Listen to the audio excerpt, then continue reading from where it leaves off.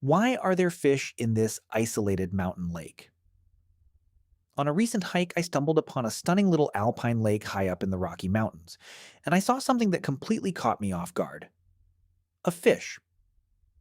Now, on its own, spotting a fish in a lake isn't exactly shocking, but this lake was miles away from any other body of water. So, how on earth did a fish end up here? The fish was a completely ordinary trout, not some bizarre species that can survive on land. So I'm confident it didn't walk there. And it couldn't have evolved in the lake either, since trout have been around for about 20 million years, but this lake is much younger. So, how do fish end up in seemingly isolated mountain lakes?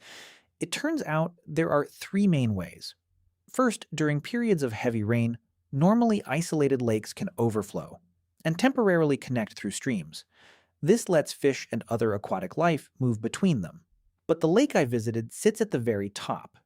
Even the strongest trout couldn't have swum uphill against the current. Second possibility, maybe it was dropped in. And yes, that sounds ridiculous, but many wildlife agencies actually fly over remote mountain lakes and dump fish out of planes to create fishing opportunities. It's one of the many ways humans have moved species around the planet. But that's a story for another day. After checking, this particular lake wasn't one of those stocked by airdrop. And while it's possible someone carried a fish up there and released it, there's one much weirder and grosser explanation worth considering.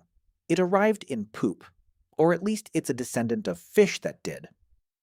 Many animals, including bears, beavers, and especially birds, regularly travel between lakes. One species in particular, the mallard duck, has a habit of eating fish eggs. A recent study discovered that roughly 2 out of every 1,000 eggs a duck eats can survive the journey through its digestive system.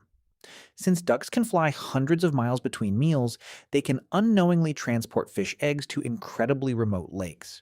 So the trout I saw might be the great-great-grandchild of a fish that survived a very strange and stinky journey. And it's not alone. Species have been hitchhiking around the planet for millions of years, long before humans showed up. Hurricanes occasionally blow flamingos from the Caribbean all the way to Florida.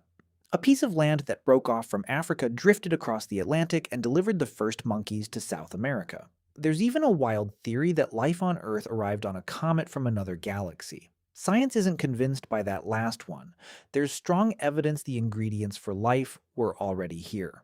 But while life on our planet probably didn't begin with an intergalactic delivery, the fish in this lake almost certainly started with an interlaken ducky excretion.